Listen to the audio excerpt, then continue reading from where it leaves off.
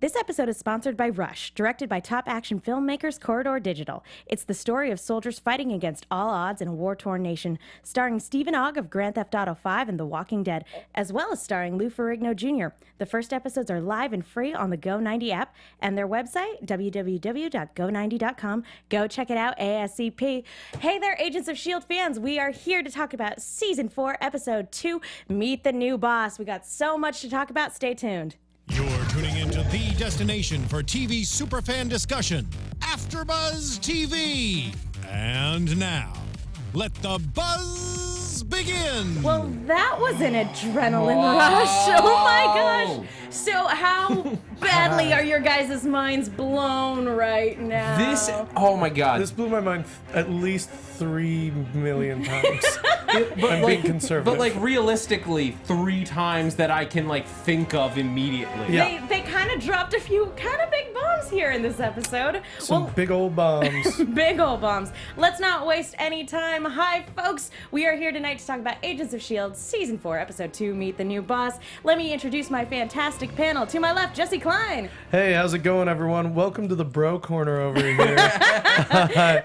I'm super excited to talk to you guys about Agents of S.H.I.E.L.D. You can find me on Twitter and Instagram at JessKlein1. That's JessKlein, the number 1. Hey guys, I am that Zach Wilson on Twitter and Instagram, or the voice of Doom, as you may know me. Oh my gosh, guys, right? Joyce Ajuri couldn't make it tonight.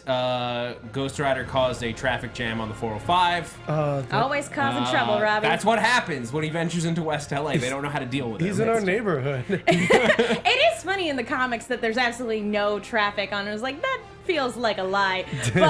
But yeah, Joyce unfortunately couldn't make it. You guys can follow her on Twitter at JAjuri. And I'm your guys' host, Megan Salinas. You guys can tweet at me at TheMenguin. That's TheMenguin. We are also going to be keeping an eye on the hashtag ABTVMarvel, as well as an eye on the live chat, because there's kind of a lot to talk about, guys. And we want to hear your thoughts. Jeez, there's a lot. Where do we even start? I wrote this down. I don't think there's like a place to put it, but Go ahead. Can I talk about a cool dad? A cool dad is one when your kid says there's a ghost. His first response isn't "there's no such thing as ghost." It's friendly or not friendly. That's a cool dad. Really cool dad. And I felt really bad for this father and son duo that we got at the very top of the episode, because he seems like a really cool dad. I was like, oh man, if I ever have a kid and he's afraid of ghosts, that's going to be my response for sure. Like, what type of anomaly are we dealing with right here? It's a good way to roll with the punches. Yeah. This was a great way to sort of slide us into magic. Like, okay, ghosts. Like something we've sort of seen like in pieces in the Marvel universe, done in like done in different ways. Like if through people who can phase through walls. We got a Tobias Ford call out in the show. As this show has pointed out, and as we saw in Agent Carter, there are scientific explanations for the various apparitions that we've seen in the MCU this time around. And this group that we have, Hugo, Lucy, Vincent, and what's his face? Joe? No, Joe is who they're Joe's looking who for. They're looking for, yeah. I think Joe is her husband, it seemed like.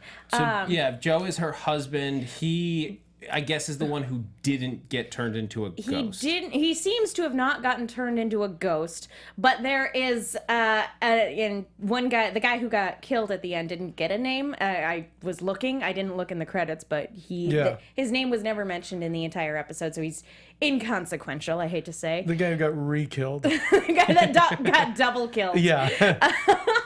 But yeah, so they're all, whatever has happened to them has straight up happened because of magic. Yeah. So I feel like it's safe to assume that they are lost souls. Yeah, I mean, I really like again, just reinforcing that this is something they haven't dealt with before. We get Mac, who by the way, I love Mac, who's like, I like shotguns, I like axes, I'm an engineer. We've seen it before, but I love his shotgun axe. Well, the fact that he has it still with him, and then he has uses for it. It's amazing. I feel like they could have just opened that door. Yeah, He could have just used the handle. I don't know why the ghosts would have locked that door. There's no reason. Or no, I guess it was locked because she had to phase through it. That's true. But when Maybe. you're a ghost and you can phase through walls, why would you ever need to use a door again? But he shot the guy, and his first thought was, "Oh, this is a disappearing person," because they've dealt with people who can disappear, and like they've Gordon disappeared yeah, and exactly. reappeared all Like the time. so, like for them, they're like, "Oh, this is just a like one of those disappearing folks," and it's not. It's a ghost. And I love that like there is a conversation that they have, because it's the conversation that every S.H.I.E.L.D. fan is having. Is this the result of a scientific phenomenon? And then Mac just says, maybe it's just a ghost. I know. They're like, that's cute. That's a theory. Could be a ghost. Yeah, the chat, like Ivan Soto and Haru Fitz are like, shotgun axe! Yeah. Shotgun axe! Shotgun axe. Oh, Every episode is enhanced by the inclusion of the shotgun axe. For sure. yeah, and like all the goes like old fan Boost 69 Bees is in chat roll, and like when I saw all the Ghostbusters theme popped in my head. Yeah. And not just because they're all in ghost traps. Yeah, they were all in ghost traps for sure. That's what happened. Ghost traps, Pokeballs, like whatever it was, they got captured. Which one of these was the ghostest with the mostest? I'd have to say Lucy. She seemed to be the unofficial leader. Yeah, she was. Yeah. But we find out. Oh my god. That the thing. Such a huge drop. The Oh my thing God. that did this to them is something called the Dark Hold. The Yeah. Dark The Hold. Dark Okay. Hold. When they- AKA the Book of Sin. When they name check the Darkhold, Zach and I'm saying this is literally, Zach and I literally melted into the floor.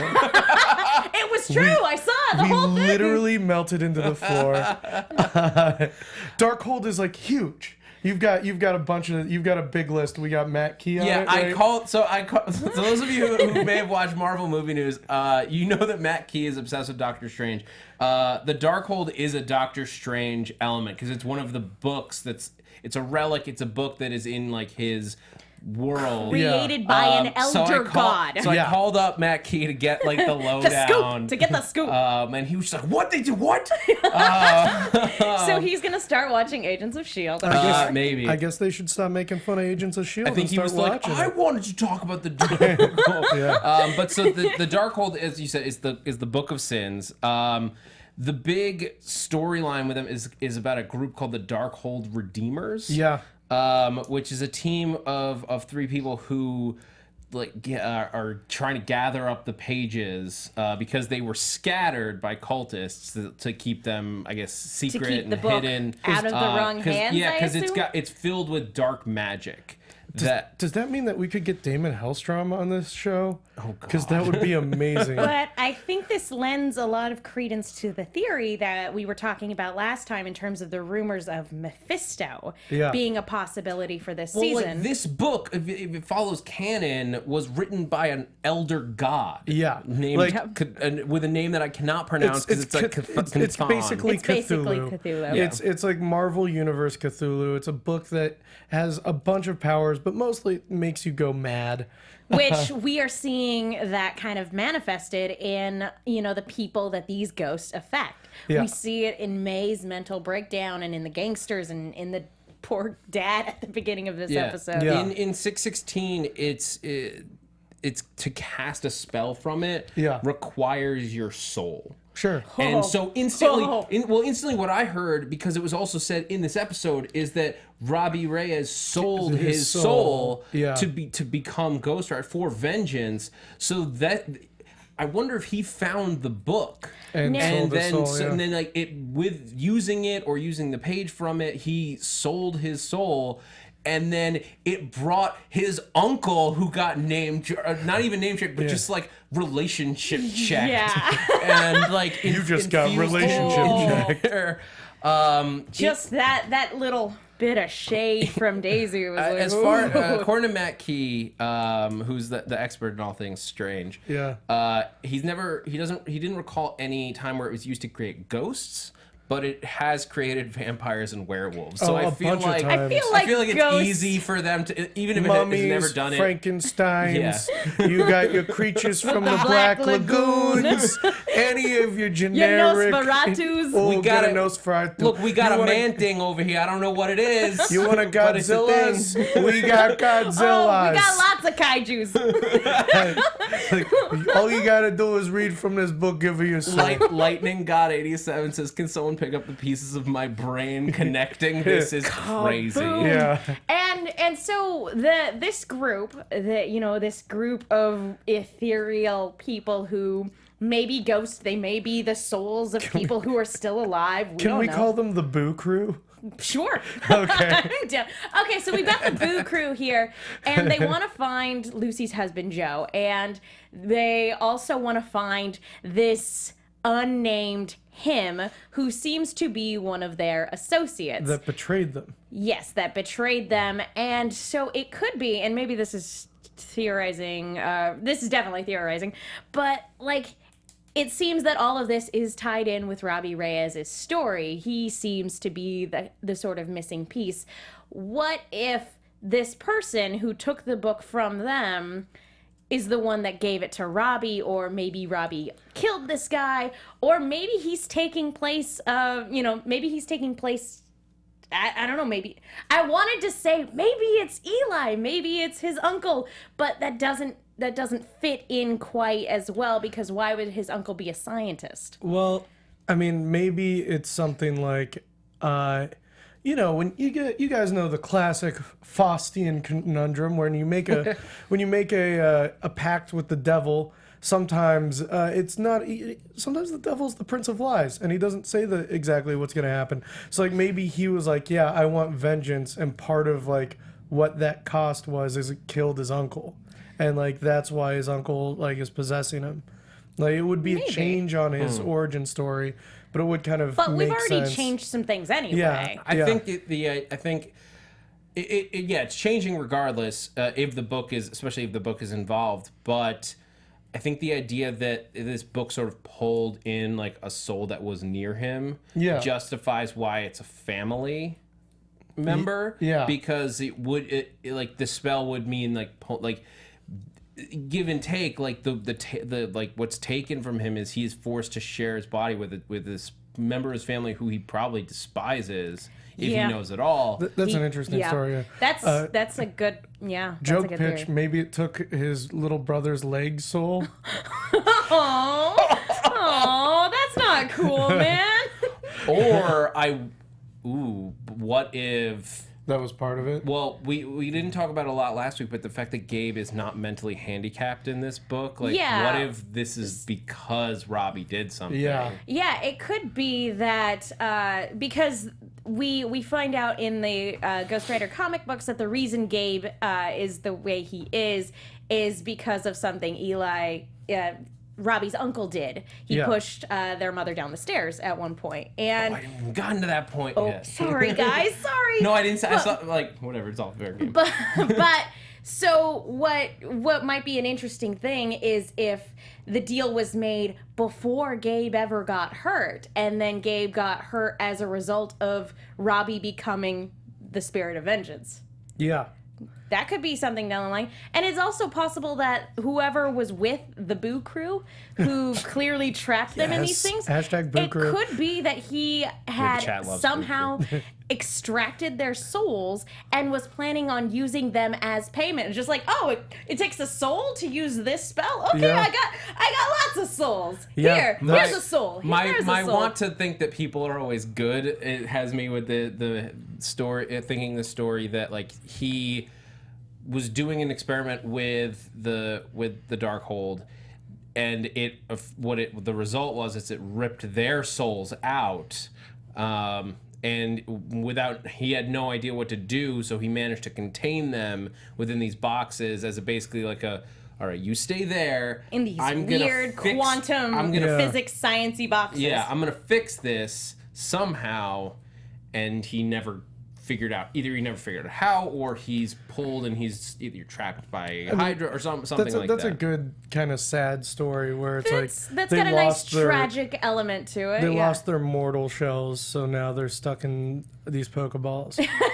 Like I like kind of both. I like the idea that he did this on purpose to them as like a way of like saving his own soul from getting sold. But do you save your soul when you sacrifice others? I say no. Listen.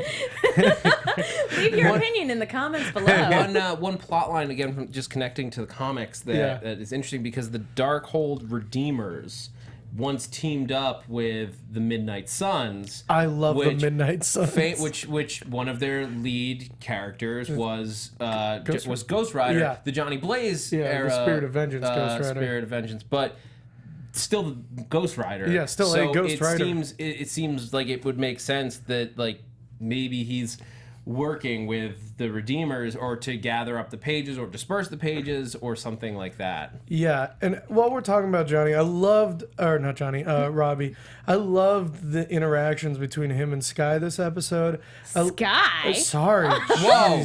Put it in the Skye jar. We put the Skye jar away, Jesse. I don't know what happened. It's because she's living in a van down by the river. She's living in a van down by the river. It's Skye again, guys. She's in her Skye van. Between him and Daisy, I loved him calling out like she's got a death wish. She isn't looking to punish. She's looking for penance, which people who are Marvel, who were fans of the original Civil War comic, penance is a huge word in Marvel. Mm-hmm. Yeah, especially around Ghost Rider. Around Ghost Rider. Well, the penance stare, but also penance is the name of the hero. His name was Speedball, the guy who started the original Civil War explosion on the New Warriors. After he was supposedly dead, his powers changed where he could have like unlimited telekinetic power, but in order to access it, he had to be in pain. So he was like it's real messed up. He was in a suit that had spikes on the inside. So whenever he moved, he could access all of his powers. Yeah, it was real gross and messed up. Awful. Yeah. How delightful. Yeah. So yeah, there's a lot that kind of can go into this story, especially when you're pulling in all these different elements having to do with the magic side of the Marvel universe. Yeah. Do you guys think, just on the more like human level here with these two not human characters, or semi-human? It's Inhuman. I don't know what Robbie's. Human? Either way, Question mark. Human adjacent. these two enhanced peoples. Yeah. Do you think Robbie was like justified in like tying her up and doing all this stuff? He doesn't know her. He doesn't know, like, he's looked into her soul, mind you, but she also sought him out, showed up at his work, pretended to be an old friend, and basically listed out his life story, hacked him. showing off her hacking skills and saying, I got your number. And so I get it. Like, he clearly doesn't want to kill her, but she at the same time, she has very much presented herself as a threat to him, and she's not gonna go away. I can't blame him, especially when this is a guy he solves his problems usually by killing people. by pulling spines out of various places. Well, not solved his problems. He doesn't mind taking out the trash. When he comes against an adversary, that adversary usually is the type of person that will get burned by his penance stare. Do you think that Skye found out that Robbie went to that arcade because she like hacked all the machines and found out that he had like the high score on the Jurassic Park like Jeep game and was like Area 52, and she was like, no, that's my high score, you monster. I knew it. I knew I could find someone. She's only got third place on House of the Dead too. Yeah, exactly. This is a personal vendetta. Yeah, that's exactly. basically what you're saying. Yeah, I think she's number one. We've seen Robbie is not afraid of tying people up and like torturing them. He said he was going through everything she had, and like he was like looking at her history, and said he was looking for a reason to kill her.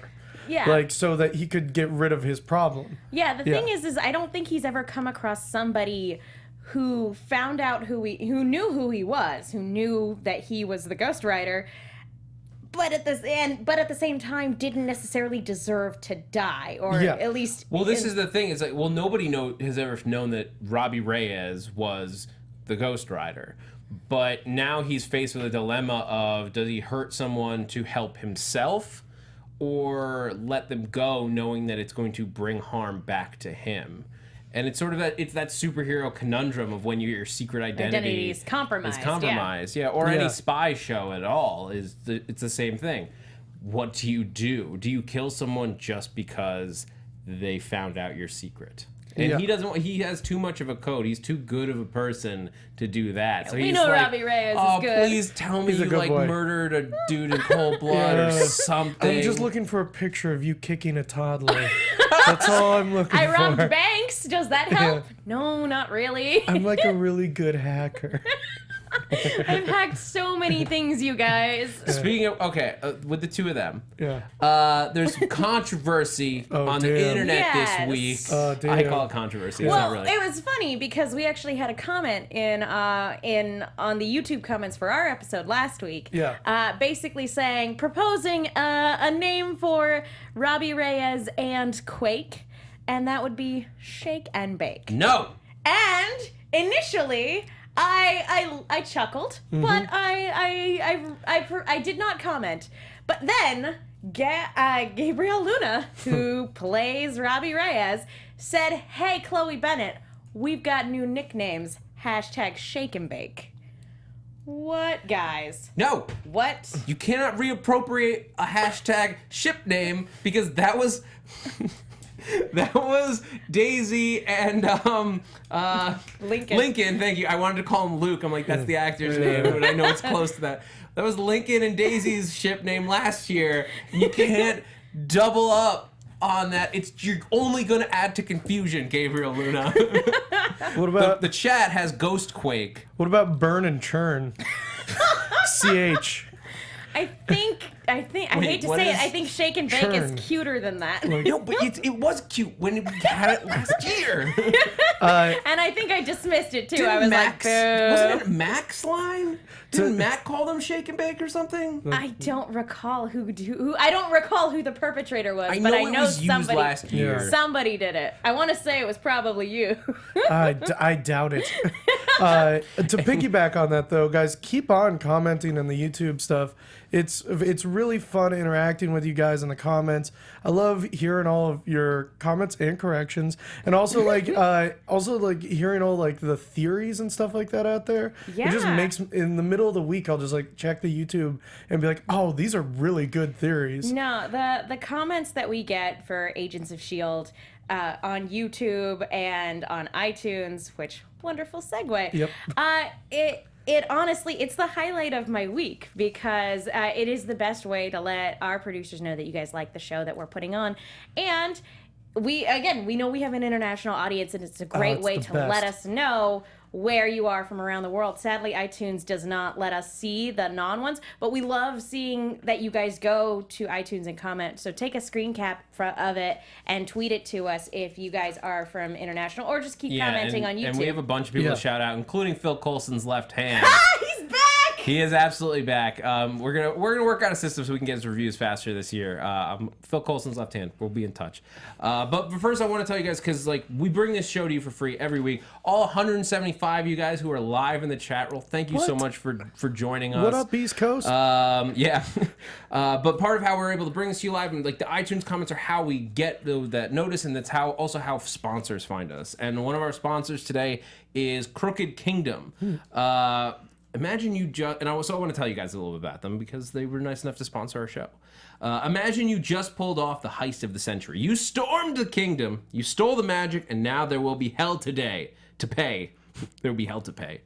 Welcome to Crooked Kingdom, the thrilling new fantasy novel by Leigh Bardugo, the #1 New York Times best-selling author of Six of Crows and the Grisha trilogy. Crooked Kingdom picks up where Six of Crows left off. Kaz Brekker and his ragtag band of thieves are hiding out in the city of Ketterdam, surrounded by the gathering forces of magic, power, and all-out war. Their only hope to survive is to con their way out. The Los Angeles Times said, think Harry Potter meets Game of Thrones with a caper twist. Wow. Which is a ringing endorsement. Ocean's 13 favorite characters dead.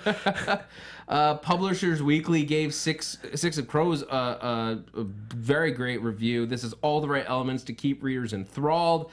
It was like she's already had, or Leia's already had a #1 New York Times bestseller. So this is a book that you guys want to get in on. You want to get in on the ground floor. Look for Crooked Kingdom. I guess the sequel is not really a place to get on the ground floor, but you're going to enjoy it either way. The wait is over, the con is on, and the entire kingdom is up for grabs in Crooked Kingdom. If you want to find out more, you can go to more about Crooked Kingdom and all the Grisha novels. You can go to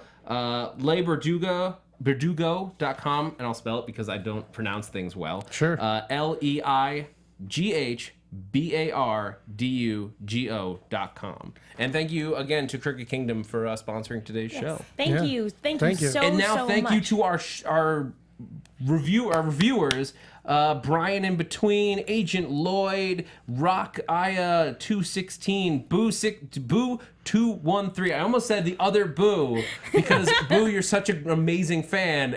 I just assumed it was you. Are you guys part of the Boo crew? Yeah. Are there Nice. separate Boo crews? Nice. There are many Boo crews. Oh, is a Boo cruise where you go on a ghost ship? Yes, it's the Queen Mary. BF SHC was just like doom, and I appreciate that to no end. Mama Little 7 wrote in. Mama Little 7. I want to read Phil Coulson's Left Hand's review of last week's episode. Please and do. then we'll work out a system so we get these faster. But it's good to be back, says Phil Coulson's Left Hand. Well, AfterBuzz, I hope this gets to you on time and with the right username. Not on time. I'm writing this from a different device than I usually do. Well, because you're... Brag much? Yeah, you know. Been replaced again. Yeah, again. I've been busy over the summer with a support group and all. What's that? Support group? Yes, support group. It's for body parts that have been irrevocably estranged from their people. Basically, it's just me and Nick Fury's left eye. I guess now that Marvel is owned by Disney, Luke Skywalker's right hand comes occasionally. Nick Fury's left eye has had a lot more time to get used to it. The eye patch and I have that stupid prosthetic. Prosthetic hand. So he's usually the voice of reason. Speaking of the prosthetic, in the promo pics, Coulson is showing it off. What is he, proud? God, just when I thought it couldn't get any worse, the fourth wall breaking is strong in this one. Well, I suppose I can't take too much of your time. Gotta keep talking about how much worse off Phil is without me. Hashtag Phantom Pains from inside the booth. And you can find Phil Coulson's Left Hand on Twitter at PC Left Hand. Oh, it gives me so much All right. joy. Can we talk about the guy who replaced Phil Coulson as a whole? Can we Yes. please? Are we talking Jeffrey Mace? I think we're talking Jeffrey Mace. Let's talk Jeffrey Mace, a.k.a. the Patriot. Yeah. Once again, guys, I'm not exaggerating. When they dropped the name Jeffrey Mace, Zach and I literally caught on fire. It was a very eventful day. Thought the fire would have happened during the Ghost Rider part of the episode. It didn't. This caught us on fire. Jeffrey Mace is the Patriot. He's a World War II hero. He's not a super soldier and has not been an Inhuman until now. Yes, and what a wonderful way of being able to take a character, and still keep fans of Marvel on their toes, because I was so surprised when May was giving him a beating and he was just standing there like it was nothing. Look, he was mostly a Human Torch character. Like, he did a lot of stuff with like invaders and stuff like that. They dropped the name Jeffrey early, and that was the first time. I think it was the subtitles that gave us Mace. It did, yeah. Subtitles. But what did you guys... I tried to just put that out of my head. Like, my big prediction coming into this episode, because I almost went back to it for a moment, because I was thinking it was Jim Hammond, the original Human Torch, who was an android, and because we're doing LMDs this year, it would have made sense. When I was like, oh my God, was I right when she started hitting him and he didn't budge? Do you guys buy the Inhuman story? Absolutely. Yeah, because he even said that Coulson, when he stepped down as director, said he wanted not only a hero but someone who was powered. And so like they needed powered person people could trust. Yeah. And so like if he was a robot, I think that would be even more of a lie. Like they would be lying even more. And so I think maybe Jeffrey Mace is a very out, for lack of a better term, powered person who also happens to be like one of the biggest war heroes from World War II. Well, and to be fair too, as far as we can tell, at least on the LMD story front, it doesn't look like the technology is quite there yet. So if he had been an android, it would have had to be from a completely different party who just happened to get a hold of Radcliffe's technology and enhance and build upon it. Dr. Phineas Horton. Yeah, I mean, it could be, but I think... It's not. I don't think there's any reason to swerve us like that. No, although as like looking at his character, it's kind of funny because right now he is kind of like a caricature of a superhero. Yeah. You know, the I'm gonna smile and wave to the crowd and it's gonna be great, you know, for the newspaper shots and you know, rubbing elbows and schmoozing and everything like that. It's very interesting to see him in this position and to maintain that even when he's basically telling Phil Coulson, "No, I'm in charge. I'm gonna remove you from this particular situation. Love you, buddy. You're still the best. You're still my number one guy." You know, Well, it's very interesting. It makes sense that he's a military man because he's very much like go through the protocol, follow the procedure to the exact letter, like make sure that everything's getting filled out the same way. I bet this guy's bed is immaculate. You always know if someone served in the military, you see their bed, and if it's like pristine, you're like, oh yeah, this is a military person. Like I bet this guy has an immaculate bed. Like it makes sense that he's this war hero type character. And now it's like, it's not like, oh, what a terrible like director. It's more just like, oh, he just has a different way of approaching things, which I like. It could have been easy to make him just a bad guy, which he's not. But at the same time, they give him this sort of edge that we see towards the end of the episode in terms of like, he's not somebody to be trifled with. You know, you cross him and he'll smash your head against a brick wall. Yeah. And then apologize for it. Yeah, but maybe an icer or something. Like, I was surprised. I was totally... I mean, this was a much bigger way for that scene to end, but I was sort of expecting Coulson's hand... Sorry, Phil Coulson's left hand. I was sort of expecting his new hand to open up and just ice her. Taser mode? Oh, yeah. Yeah, icer, to electrocute her and Yeah. in That was some pretty way brutal. of incapacitating her. May was off her noggin this entire episode. Yeah, because she got affected by the same thing that's affecting the Chinese guy. Yeah. who's in Which holding. I guess we can assume is madness from an elder god, like Cthulhu. Yeah, like some Cthulhu sort of- driving people crazy. I think that's what's happening to May right Yeah, now. it looks like some sort of elder god madness. Yeah. And she perceives it as a sickness with everybody else. Like everybody else has been infected with this thing that has made its way into the base, and that she's like, I have to be the one to stop it. Yeah. And which makes sense why the gangsters reacted the way they did. It's this thing, it's coming for me, I have to kill it, before it gets me. And that's the thing, is she was like, I have to get it, I have to keep it from getting you specifically, Phil. And yeah, and we still don't really know what's happening with all of that, if it is just sort of madness, or maybe they can see something. Again, Yeah, I don't know. it's hard to tell because we don't know what the Darkhold is capable of in this iteration of the Marvel universe. Yeah, we don't know. Yeah, we have no concept for like what. I mean, it's very powerful. Like, Yeah, whatever. we're assuming it just created a Ghost Rider. So I'd say pretty strong. I like all the little things that they do to kind of promote Jeffrey Mace's like reign, where just like little things where like, you see everyone swiping cards like wherever they go, which is really interesting.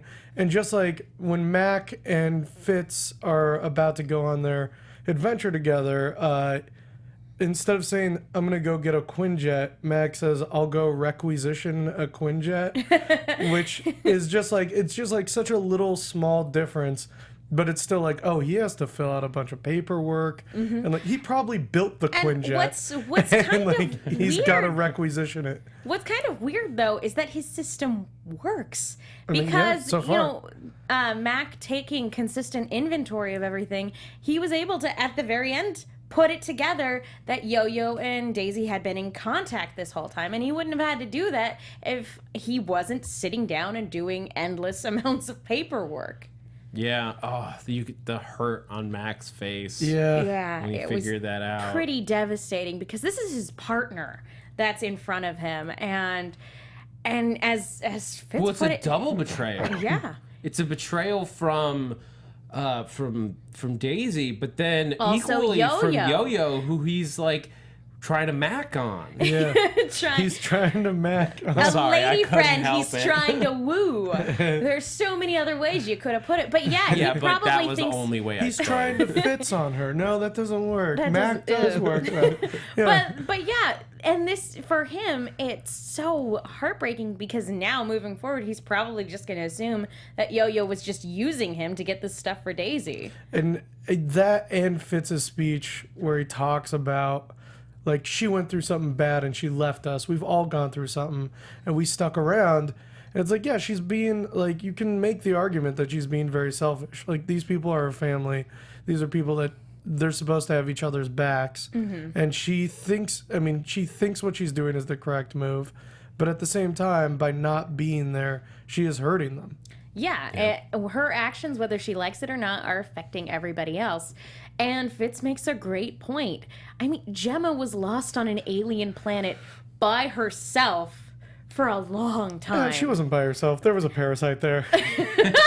There was a human there for and a man while. friend, and a That's man true. friend, but she was by herself for a while. Yes. Before making friends, and but yeah, and Fitz also, he got brain damage. Everybody has, and even Mac was controlled by an alien at one point. Yeah. So everybody, and they all lost Lincoln too. Granted, Yeah. she was the closest with him, and he died to save her. But like they've all lost loved ones too. Like Phil, like he went off the reservation when he lost Roz, Roz. We Thank had you. so much I was trouble like, remembering her name. Constance Zimmer. Constance Zimmer, strong arm. But when he lost her, like he went a little off the reservation, but he never turned his back on the team. And that's what Fitz is feeling. Like they've literally everyone on that team has gone through some horrendous stuff. Yeah, even look at May's backstory. Like, Oh my god. Yeah. Yeah. Yeah. Jeez. But like when May lost Andrew, yeah, she didn't run. She Twice. Yeah, she lost She him dug twice. into Yeah. the team deeper, and it hurts all of them that she didn't. It makes them feel like they're not family the way that they all felt that they were. It's a violation of trust too, Yeah. where it's like she should know that they've gone through that as well, and that when you're depressed, when you feel terrible, the last thing you want to do is talk to other people About the way you about feel. the way you feel. But that's ironically the only way to heal that is by being around other people and talking with like your loved ones. Yeah. You sure it's not Robin Banks? I It think might it's be Robin Robin Banks. Banks. Yeah. Is that a new character on the show? Robin Banks? That's I would watch that show. that's Maria Hill's alter ego, Robin. Robin yeah. Banks. Yeah. I would love to see her come back. In defense Me of too. Daisy, though, I think that the reason that she feels she has to run is I think part of it is that I don't think she trusts the new order of things. Yeah. Like maybe she runs Well, away at it's- first out of just like It's reaction, interesting but because we've had our time skip. We don't quite know the order of things. Did Phil step down first, and then Jeffrey Mace Phil came in? definitely stepped Did- down before when the Sokovia Accords were formed. Yeah. Yeah. At what point did Daisy run away? Was it before I that think or she had after run that? away before that, but it was If we're going timeline, we go Lincoln dies, Daisy runs away, Phil Phil steps down. everybody, Sokovia the Accords powers can that come. be. Sokovia Accords come, Phil steps down, down. Jeffrey Yeah. is And the put power, in place. yeah. Actually, I- didn't they have didn't they have the Sokovia Accords like towards the end of last season? Didn't that happen? Didn't Civil War happen It did. right before Yeah. before Lincoln died? So So it goes. So Sokovia Accords. Accords. Lincoln dies. Daisy runs away. and then Phil steps down. then S.H.I.E.L.D. S.H.I.E.L.D. becomes- gets into the Sokovia Accords in the UN instead of Yeah. being a shadow Which organization, they're which is getting the ready. big thing, because I think that what it comes down to is that Daisy is not happy with how they are planning to handle Inhumans Yeah. because they have failed at it in the past. Which is ironic because now they've put an Inhuman as the head of the organization. Which I don't think she knows about, or knew about at least when she started this whole thing. And now she's too deep. And they haven't gone public yet.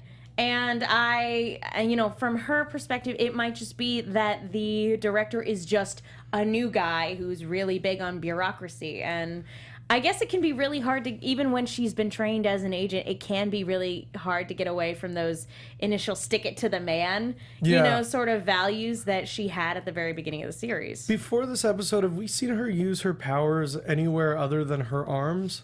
Because she did like a body pulse to get out of those ropes. She did throw her arms back, and that's Oh, what did she she? used to propel herself forward. Oh, I thought she did like a body pulse. And I like, mean, she probably can. yeah. No, I think she's like Iron Manning it with Quake okay. powers, basically. Which, causing her bones to break, which is not helpful or good for her. Yeah. Well, also, if she's worried about breaking her bones, she probably should not grab Be- onto a moving chart. First of all, you like should not be Dodge. grabbing onto a moving vehicle. Second of all, you should not be grabbing onto the Hell Charger, of all things. That's a terrible idea. Yeah. So we are getting close to the end here in terms of our episode, but we do have an unexpected save from Robbie. Yeah. We see that whatever's going on with the Boo crew, he can not only interact with them, he can kill them. Yeah. And yeah, he felt Re-kill them. double kill them. Because he's using hellfire. Like, Yeah. they're not physical beings, but his fire isn't physical either. It's magic. Yeah. And so, but Thus again, him being able to light a freaking spoiler on fire by grabbing it. Yeah. An entire cool. exhaust train on fire. we haven't really talked about that garage Yeah, fight. that's It not was spoiler it was a very short fight, but like to see him actually like grab onto physical things, light them on fire, and then hit her with whether it was the wrench or the Yeah. bits from the car, it was cool stuff. Yeah, part of the fight last week that I liked is it was very cool to see that like Daisy is a trained fighter and he is someone who hits things with flaming objects. like But, that's the difference. There's only so much training can do when sure. there's a flaming, like a giant, like a hellfire wrench flying yeah, at you. yeah. There's not, May can't help you with that. May can only prep you for so much. Yeah. But the other thing too, and we talked about it last week, is that she's still not at 100%, and we know that she's looking. She's definitely got a death wish, so she's looking to be defeated. So she doesn't want to win this fight in a weird way. I'm glad that towards the end of this episode, it looks like we have an unlikely team up with the two of them. Yeah.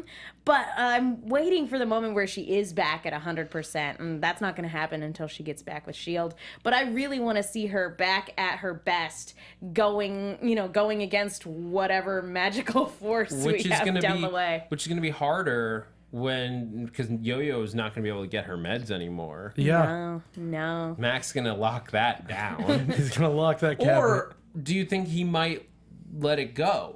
He's probably Because too it's mad. He's probably angry He's about that. gonna be mad, but at the same time, if it's the only way she's gonna get her medicine, like he knows she's not gonna come back. So the alternative is that she gets really hurt, possibly killed, or he lets a few more meds slide. Maybe he thinks that if she gets hurt enough that she'll come back.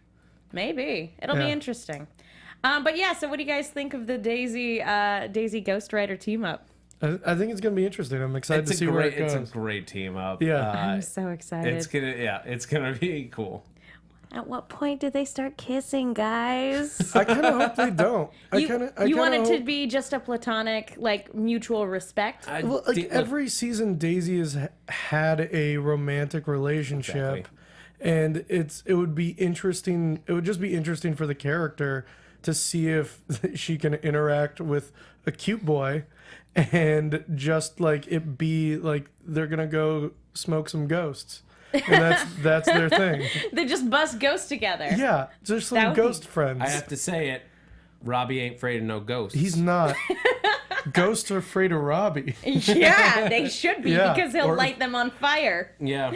Yeah. And like, but he knows all those people, so I'm excited to see what happens as he starts to hunt those people down.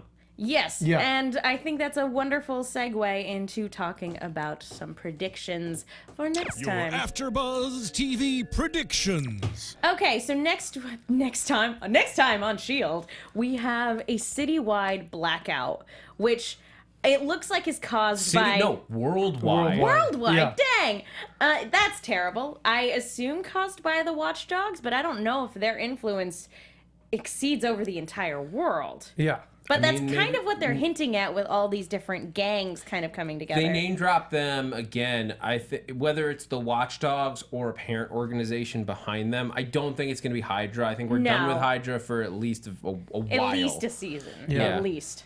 So, yeah, we have what we assume to be the Watchdogs causing a power outage, which is bad if you're, I don't know, depending on medical equipment, Sure. things like that. Was it me, or was Yo-Yo wearing, like, kind of a gala outfit at one point? Yeah, I don't know. Oh, but it looks like we get more Yo-Yo next season, next episode.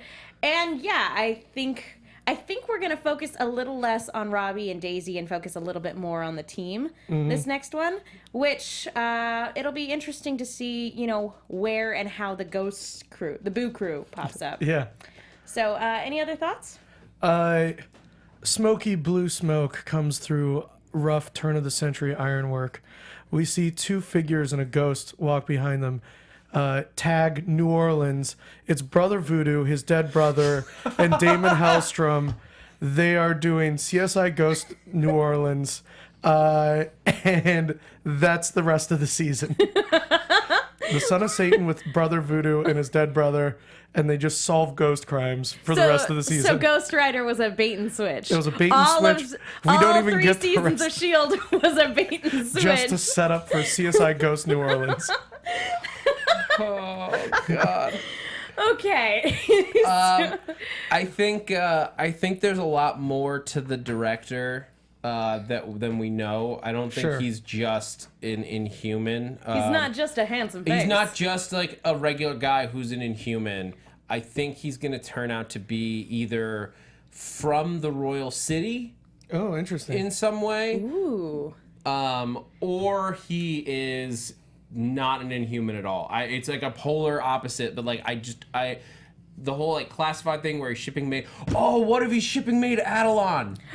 He could be. No. That'd be interesting. Oh, that'd be terrible. Oh, that'd be cool. I- All right, I'm I gonna leave have- it. I have May one is more- being shipped to Adelon. I have one Okay. more thought. We've got our Boo crew, and on the other side of things that we didn't touch at all this episode, we have the LMDs. Yep. We have wandering souls and empty vessels. Interesting. You put your hands together, and we've got robots with souls.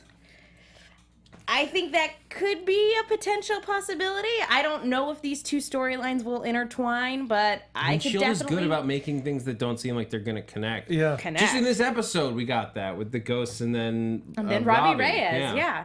So that's my initial prediction Great. for later on down the road. I love it. So yeah, before we get going, I wanted to remind you guys that this episode is sponsored by Rush, directed by the top action filmmakers, Corridor Digital. It's the story of soldiers fighting against all odds in a war-torn nation, starring Stephen Ogg of Grand Theft Auto 5 and The Walking Dead, as well as Lou Ferrigno Jr. The first episodes are live and free on the Go90 app and their website, www.go90.com. Go check it out ASAP. Thank you to Corridor Digital and everybody else for sponsoring this episode, and thank you guys so much for tuning in. Zach, where can people go if they want to find you? You guys can find me on Twitter and Instagram at @ThatZachWilson, and be sure this Saturday to tune in for the Luke Cage after show. Oh my it God. drops on Friday. Here's the schedule, guys. Me, Jesse Klein are going to be there with Alexis Torres, Tari Miller, and Joelle Monique. 5 folks. It's going to be so much fun. We're starting at 9 a.m. Pacific Standard Time with the after show for episodes 1 and 2. Then you can just do your Saturday breakfast cereal stuff with us because we're going to watch episodes 3 and 4, come back in, tape episode 3 and episode 4, the after show for that one at like noonish, and then 2 hours after that, we're gonna tape the after show for episodes 5 and 6. We're gonna do 3 after shows in a day. Binge it with us this Saturday, October 1st, the Luke Cage after show on AfterBuzz TV. I got nothing to add on that. You can find me at JessKlein1. Go, Megan. Godspeed, gentlemen. Once again, you can follow Joyce on Twitter at JAzuri, and you guys can follow me on Twitter and Instagram at the Menguin. That's TheMenguin. I'm also on a bunch of shows here at AfterBuzz, and I write articles for the Movie Chick. That's Chick with 2 Ks. Be sure to check those out. Thank you again to everybody in the live chat, everybody And in the thank hashtag. you to our sponsor, Rush. Be sure to check it out on Go90. Go90. Thank you so much, Rush. Thank you guys so much for watching. We will see you all next time. From executive producers Maria Menounos, Kevin Undergaro, Phil Svitek, and the entire AfterBuzz TV staff, we would like to thank you for listening to the AfterBuzz TV network. To watch or listen to other after shows and post comments or questions, be sure to visit AfterBuzzTV.com. I'm Sir Richard Wentworth, and this has been a presentation of AfterBuzz TV. I ain't afraid of no ghosts. The views expressed herein are those of the hosts only and do not necessarily reflect the views of AfterBuzz TV or its owners or principals.